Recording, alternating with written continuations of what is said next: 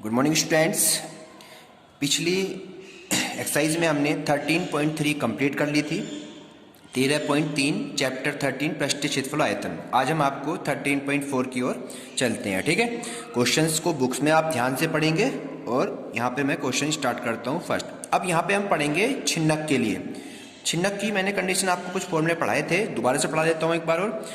Question number first की ओर चलते हैं। पहले क्वेश्चन में कह रहा है कि पानी पीने वाला एक गिलास 14 सेंटीमीटर ऊंचाई का है। एक गिलास है, गिलास की शेप आपको जैसे बेलनाकार चीज होती है, थोड़ा सा इस तरह से लिख लेते हैं। ये आपका गिलास की शेप है, थोड़ा इधर से ऊपर से जो है चौड़ा हो गया बच्चों, कोई प्रॉब्लम नहीं है। ये इस तरह से एक आपका गिलास है। ठीक है, इसकी हाइट ये होती है, ये इसकी रेडियस होती है। ये जो आपकी दे रखी है गिलास 14 सेंटीमीटर ऊंचाई का है। कितनी ऊंचाई का बच्चों? इसकी ऊंचाई कितनी दे रखी है? 14 सेंटीमीटर। इसकी हाइट दे रखी है इसने 14 सेंटीमीटर दे रखी है। और 14 सेंटीमीटर ऊंचाई वाले एक शंकु के छिन्नक के आकार का है। कैसा है? शंकु के आकार का, छिन्नक के आकार का। तो छिन्नक जब काटते हैं नीचे शंकु को तो ऐसी शेप बन जाती है काटने के बाद। छिन्नक के आकार का है। दोनों वृत्ताकार सिरों के व्यास, एक वृत्ताकार सिरा ये रहा, एक वृत्ताकार सिरा नीचे है, दोनों के व्यास दे रखे हैं। इस पूरे का व्यास तो बच्चों दे रखा है इनने 2 सेंटीमीटर और ऊपर वाले का दे रखा है 4 सेंटीमीटर। ऊपर वाले का व्यास दे रखा है इसने 4 सेंटीमीटर, नीचे वाले का व्यास दे रखा है 2 सेंटीमीटर। तो कह रहा है इस गिलास की धारिता ज्ञात कीजिए। सबसे पहले मैं आपको बता दूं धारिता क्या होती है। धारिता का मतलब होता क्या है? धारिता को हम आयतन कहते हैं। क्या कहते हैं धारिता को बच्चों? यहाँ पर आयतन। ये हमें ध्यान रखना है। ठीक है, अब हम क्वेश्चन को स्टार्ट करते हैं। क्योंकि एक शंकु के आकार का छिन्नक है तो शंकु के आकार के छिन्नक का हमें आयतन का फॉर्मूला पता होना चाहिए। जो चीज हमें दे रखी है गिवन है, पहले उसे लिख लेते हैं। व्यास यानी पहला व्यास जो दे रखा है, कितना कितने दे रखे हैं व्यास? ऊपर वाले का व्यास दे रखा है 4 सेंटीमीटर और जो नीचे वाला दूसरा व्यास है डायमीटर, उसको कितना दे रखा है? 2 सेंटीमीटर। ठीक है बच्चों, अब पहले की रेडियस निकालेंगे, उसे R1 मान लीजिए। R1 पहले से निकालेंगे तो 4/2 इज इक्वल टू 2 सेंटीमीटर हो गया डिवाइड करके।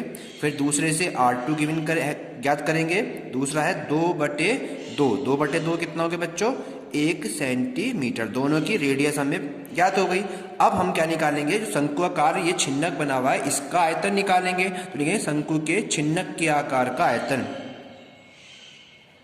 शंकु के छिन्नक के आकार का आयतन। मैं सारे फॉर्मूले आपको एक लिखकर सेंड कर दूंगा बच्चों। फिलहाल आप क्वेश्चंस के अकॉर्डिंग जैसे जैसे आपके क्वेश्चंस में रूल आते जाएंगे मैं लिखते जा रहा हूं। तो लिखेंगे शंकु के छिन्नक के आकार का आयतन होता है। शंकु का आयतन हमें पता होना चाहिए। शंकु का जो आयतन होता है बच्चों वो 1/3 पाई r² h ये शंकु का आयतन होता है। अब क्योंकि यहाँ पर रेडियस जो है 2 बन गई, यहाँ पर रेडियस 1 है, यहाँ पर छिन्नक में 2 रेडियस हो गई, एक नीचे और एक ऊपर रेडियस हो जाएगी, एक 2 और 1। तो यहाँ पर फॉर्मूला हो जाएगा 1/3 पाई। 1/3 पाई सेम है, h भी सेम रहता है, बस कहाँ पर डिफरेंस होता है? इसकी रेडियस में। ब्रैकेट में लिखेंगे रेडियस को R1 का स्क्वायर प्लस R2 का स्क्वायर प्लस R1 R2 और इनटू मल्टीप्लाई h एज 1/3 पाई r² h। फॉर्मूला सेम है, बस यहाँ पर रेडियस 2 रेडियस आ गई तो रेडियस को फॉर्मूला छिन्नक के लिए बन जाता है। R1 का स्क्वायर R2 का स्क्वायर प्लस R1 R2 सारी वैल्यू पुट कर देंगे। 1/3 ऐसी रखा, पाई की वैल्यू 22/7 रखी, ब्रैकेट में R1 कितना हमारे पास है बच्चों? 2।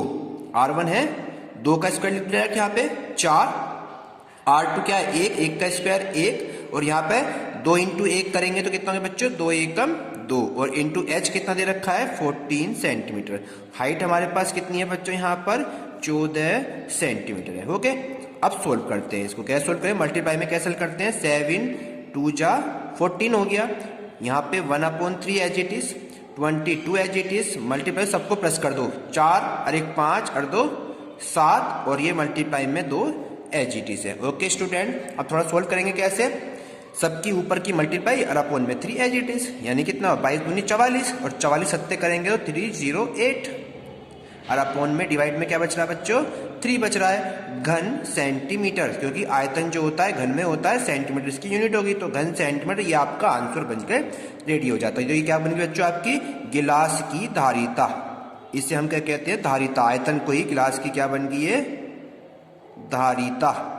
ओके स्टूडेंट, क्लियर हो गया आपके, ये फर्स्ट आपका आंसर कंप्लीट हो जाता है। सेकंड क्वेश्चन की ओर चलेंगे आप, यहाँ पे किताब में बुक्स में आपका सेकंड क्वेश्चन लिखा है। सेकंड क्वेश्चन है एक शंकु के छिन्नक की तिरछी ऊंचाई, तिर्यक ऊंचाई 4 है। अब क्या छिन्नक की जो तिरछी ऊंचाई L होती है ये दे रखी है 4 सेंटीमीटर। फिर कह रहा है इसके वृत्तीय सिरों के परिमाप, परिमाप को परिधि कहते हैं, वो 18 और 6 सेंटीमीटर है। कितनी है बच्चों 18 और 6, यानी परिधि, परिधि को परिमाप कहते हैं। एक 18 है और दूसरी परिधि जो है बच्चों वो कितनी है वो है 6 सेंटीमीटर, 2 परिधि दे रखी हैं। अब कह रहा है इस छिन्नक का वक्र पृष्ठीय क्षेत्रफल ज्ञात कीजिए। क्या फाइंड करना छिन्नक का वक्र पृष्ठीय क्षेत्रफल, किसका फाइंड करना बच्चों छिन्नक का।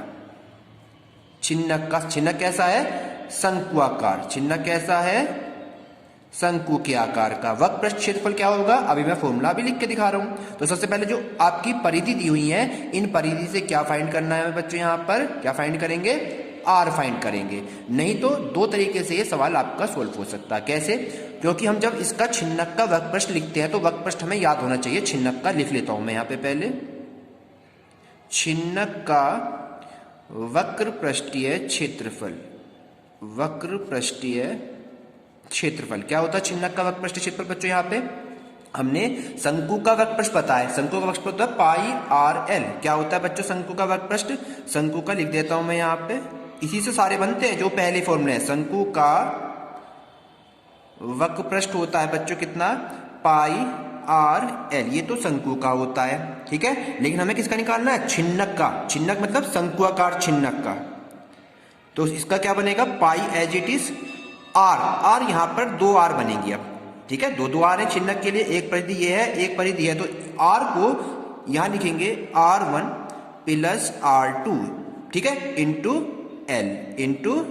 एल। अब मैंने क्या बताया पाई की यहां भी मल्टीप्लाई, पाई की यहां भी मल्टीप्लाई, तो पाई के अंदर मल्टीप्लाई करेंगे तो pi R1 plus pi R2 into multiply of M. अब मैंने ऐसा क्यों करा, फॉर्मूले में अगर आर पता होते तो सीधे आर की वैल्यू रख देते, और फॉर्मूले में परिधि दे रखी है क्योंकि, तो परिधि का मतलब क्या होता है, परिधि होती है 2 पाई आर। 2 पाई आर का मतलब दे रखा बच्चों पहले के लिए 18, इसे हमने R1 लिख दे यहाँ पे जो मैंने लिखा हुआ है पाई R1, तो 2 अपॉन में जाएगा, यहाँ रह गया पाई R1 और 18 अपॉन में 2 से डिवाइड कर दिया, तो पहली जो पाई R1 निकल के आई बच्चों कितनी आई 9, यानी पाई R1 कितना हो जाएगा 9 हो जाएगा।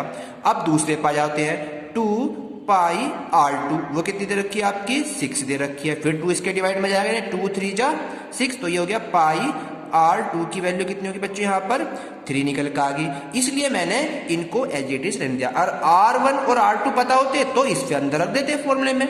क्लियर बच्चों, अब इन दोनों की वैल्यू निकली, एक की निकली कितनी 9, एक की निकली 3, तो ये हो गया 9 plus 3 and multiply of L, L कितना है 4 है, दोनों को प्लस कर दिया 9 और 3 12 मल्टीप्लाई 4 और 12 चौक कितने हो गए बच्चों 48 वर्ग सेंटीमीटर। ये हमारा सेकंड आंसर बन जाता है। तो छिन्नक के लिए आपको समझ में आ गया होगा क्वेश्चन बिल्कुल। तो छिन्न आपको पहले वाले फॉर्मूले याद रखने हैं और छिन्नक का उन्हीं से फॉर्मूले बन जाते हैं। थर्ड क्वेश्चन और कराएंगे और फिर नेक्स्ट क्वेश्चन आपको कल बताया जाएगा। थर्ड क्वेश्चन की ओर चलते हैं, क्वेश्चन नंबर इसका 3 है। फॉर्मूले में सारे आपको लिखकर सेंड कर दूंगा बच्चों, तो उन फॉर्मूले को आप याद करेंगे तभी आपके ये सवाल हो पाएंगे। एक क्वेश्चन, अब नेक्स्ट क्वेश्चन है, एक तुर्की टोपी है शंकु के छिन्नक के आकार की, शंकु के छिन्नक के आकार की टोपी बना देता हूं पहले मैं आपको। ये एक शंकुआकार टोपी है, ठीक है बच्चों, ये एक टोपी बन गई। चलिए इसके ऊपर इस तरह से लगा दिया मैंने कोई चीज, ये शंकुआकार एक टोपी बन गई, ठीक है बच्चों। यह जोकर की टोपी होती है, इसमें कुछ इस तरह से मैं डिजाइन बना देता हूं, कुछ भी बना दीजिए आप। ये आपकी एक टोपी लग रही है हमारे पास अब, ठीक है बच्चों। अब क्या कह रहा है, छिन्नक के आकार की है, शंकु के छिन्नक के आकार की, चित्र में आपको दे रखी है इसने आपकी बुक्स में। फिर कह रहा है यदि इसके खुले सिरे की त्रिज्या 10 सेंटीमीटर, खुला सिरा कौन सा होगा, ये वाला जो है इसका खुला सिरा होगा। इसकी त्रिज्या कितनी दे रखी है, जो खुला सिरा है, खुला सिरा, उसकी रेडियस हमें R1 मान लीजिए, वो कितनी है बच्चों, हमें 10 सेंटीमीटर दे रखी है। कितनी दे रखी है, 10 सेंटीमीटर। और जो ऊपरी सिरा है ये वाला, इसकी रेडियस कितनी दे रखी है ऊपरी वाले की, उसको R2 लिख लीजिए।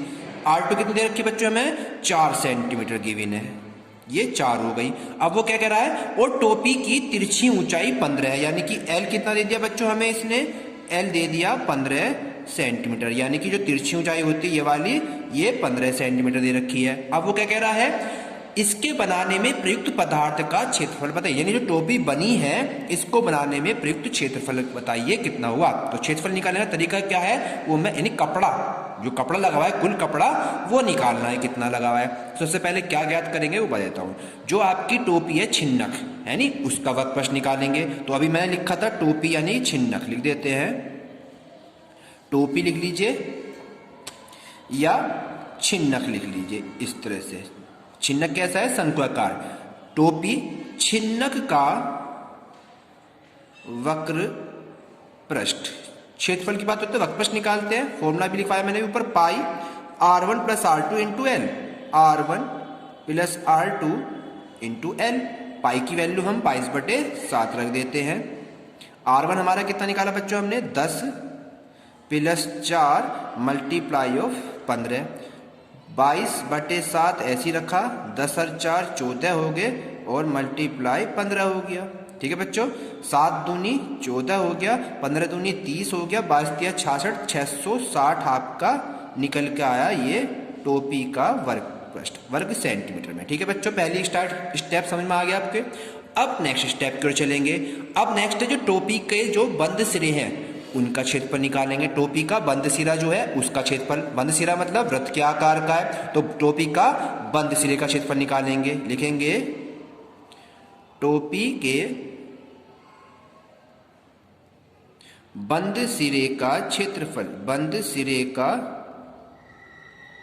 क्षेत्रफल। टोपी के बंद सिरे का क्षेत्रफल कैसे निकलेगा बच्चों आपके अकॉर्डिंग, फॉर्मूला क्या होता है, पाई R स्क्वायर।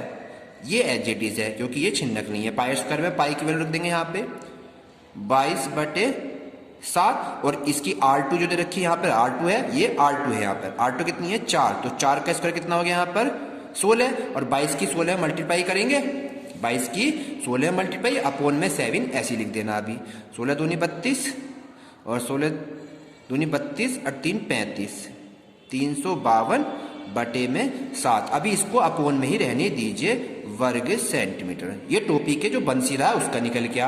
अब क्या करना, क्या टोपी में लगा कुल कपड़ा, मेन पॉइंट हमारा क्या रह गया बच्चों, अभी टोपी में लगा कुल कपड़ा। चलिए लिखेंगे टोपी में लगा कुल कपड़ा। ठीक है, यही क्षेत्रफल है। क्या हो जाएगा फॉर्मूला, टोपी का वक्र पृष्ठ, फॉर्मूला हो गया